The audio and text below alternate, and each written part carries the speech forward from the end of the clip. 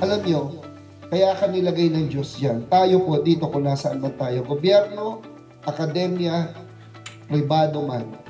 Kasi ikaw lang ang makagagawa ng bagay na meron ka.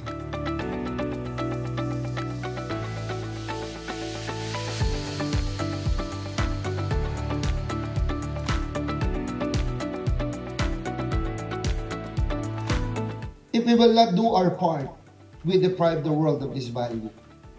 Hindi po madali sa gobyerno. Agree?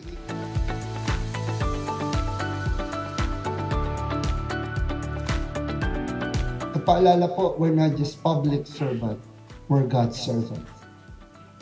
In the public square. Sabi po na Constitution, public office is a public trust. Pwede po bang maiba tayong version? Public office is a sacred trust.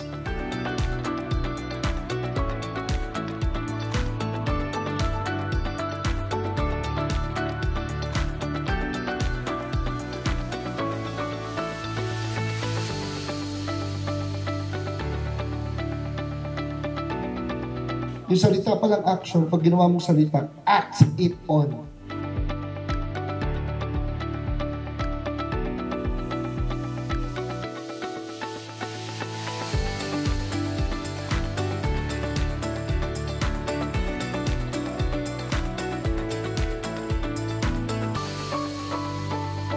Minsan ka lang magiging public servant, ha?